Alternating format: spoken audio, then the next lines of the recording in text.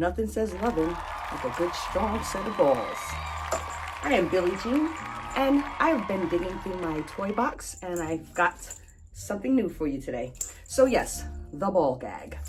This is something that I must admit, I have been running from this thing here for maybe 20 years.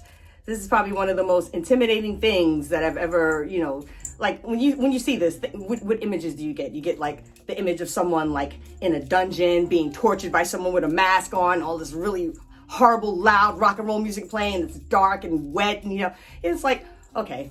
So I finally decided, I'm brave enough, so I'm like, what am I scared of? The ball doesn't control me. I control the ball. So I decided I wanted to share a little bit of a experience with you guys here about this thing in case you're new to it, if you haven't tried it, if you're thinking about trying the ball gag.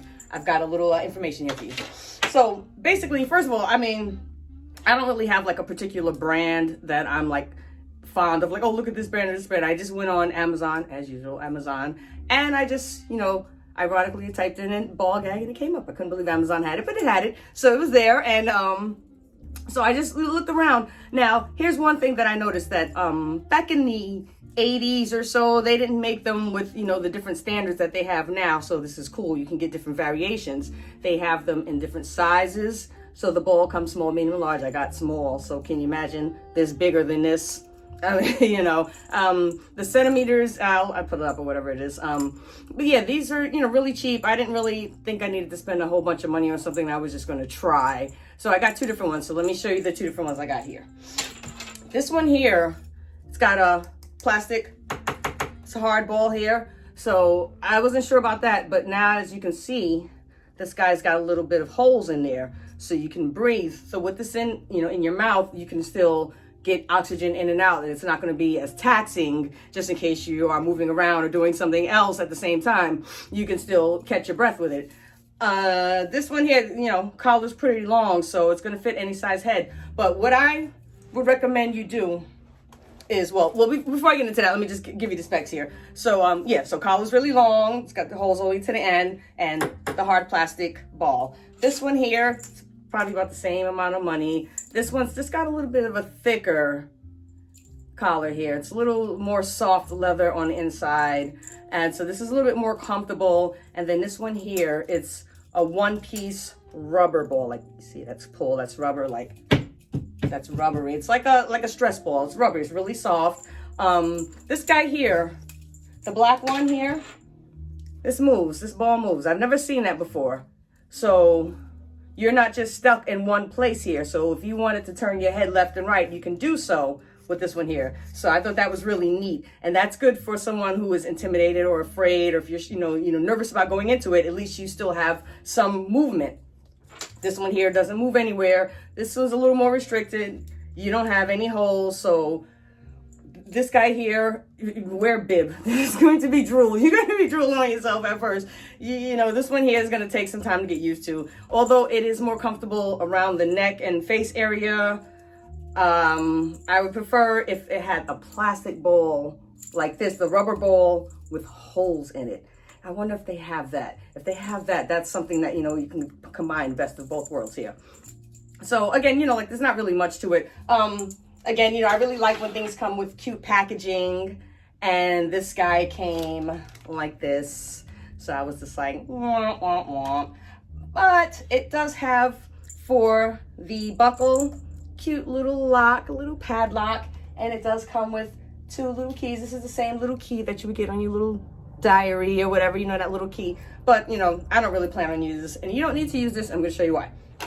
So first thing I would recommend, if you are just trying to use this for the first time, try it by yourself first, so you can see how you feel breathing in and out. Is because you may start to panic at first. It's very logical to panic with something in your mouth, and you can't get your breath in and out. You might start to, or you might actually forget to breathe. Like when I'm working out, sometimes and I start, getting lightheaded, I'm lifting weights and everything, and I'm forgetting to breathe. Like, you actually forget to breathe. So you might have to practice breathing in this thing here. I'm gonna put it in and lay down, relax, perfectly relax, and breathe in and out through the mouth, and out, and just try. But again, there's going to be some drool with this one here because, it's big. Again, this is the small one. I cannot imagine a bigger one. There's medium and large. But okay. So again, this here, really long collar. So what you can do is when you are using it for the first time, or if you're practicing it, when you tie it around, you can make it to where you can spit it out at any time. So it's not in there, I don't want to put it in my mouth because I'm speaking right now, but it's not all the way in there and you're, completely stuck with it. You can't, speak or anything. So you can do it to where you can have it in your mouth, but then spit it back out around here. And then you can just, lift it up and put it back in if you wanted to. So that's good. So that gives you a little freedom and you don't feel as scared and you're not as restricted, at the moment.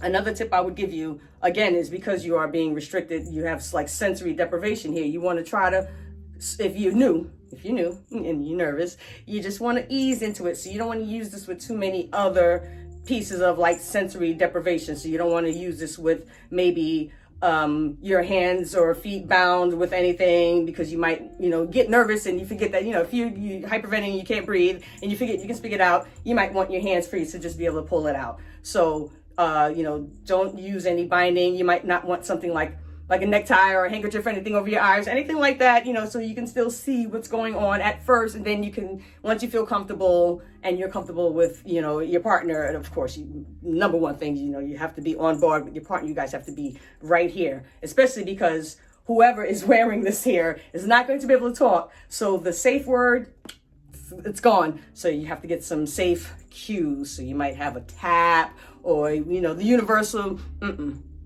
or or so you might have to get some signals or some sounds or something, just so you can communicate back and forth, if you're okay, you stop, yes, no, anyway, like that. So yeah, so you want to use it alone. Don't use too many things at once at first, and then ease into it. Again, have some sort of safe signal to get out of it. Like if you're, hyperventilating, you can't breathe, or you just don't like it anymore, like, again, you can always put it to where you can spit out. But if you're ever in a situation to where you are like having like maybe like any type of punishment play or anything like that, and you can't take it off, then you have to be able to have that, that timeout. Oh, hey, you okay? Good? Yes? No? You'd be able to have that. So make sure you've communicated and everyone understands what's happening here. Yeah, so, and then again, when I see this here, when I used to see this, I would always see it again associated with raunchy behavior and very depraved acts, and I'm just like, oh, that's totally not me. But then again, I'm just like, like I said, you control the ball does not control you. So you use this how you want to use it. You don't have to use this in the gutter or at some sex dungeon with your arms tied up and bound. You don't have to be, being whipped and beat like people, like, oh, when they see this, like, oh, I don't want anyone, beating me and peeing on me and all this, crazy stuff. I'm like, why? I mean, do you honestly think that your husband or your boyfriend or your girlfriend, whoever, is going to present this to you and then decide, oh, I also want to pee on you tonight? It's like, wait, no, if that's not who you are, don't worry about something like that happening to you. That's what, you don't want to do this kind of stuff also with any old random dude, or lady or whatever, you do your own pronouns. You can use this with someone you really, you have to have a connection with. You really need to be able to trust someone, because you are putting yourself in a real vulnerable state here. And you don't want someone who's going to get you up like this and then now start going through your wallet or something crazy, start playing with your toys. And it's like, don't touch my swords, So it's like, you don't want anyone, taking advantage of you. So you want to just make sure this is a special thing. This is like a bonding moment. Bondage, it's a bonding moment also. But, you want to be careful and not just, pick up a dude from the club and bring him home and break out the ball gag. And, he might freak out, or he might have those misconceptions that, oh, she's breaking out the ball gag. She wants me to take out a big spoon and shove it in her, what, So it's like, no, this is something that needs to be discussed with. So like I said, you really want to go ahead and just play with it at first and make sure you know what you're getting into. And again, if you don't want to use it, then just don't.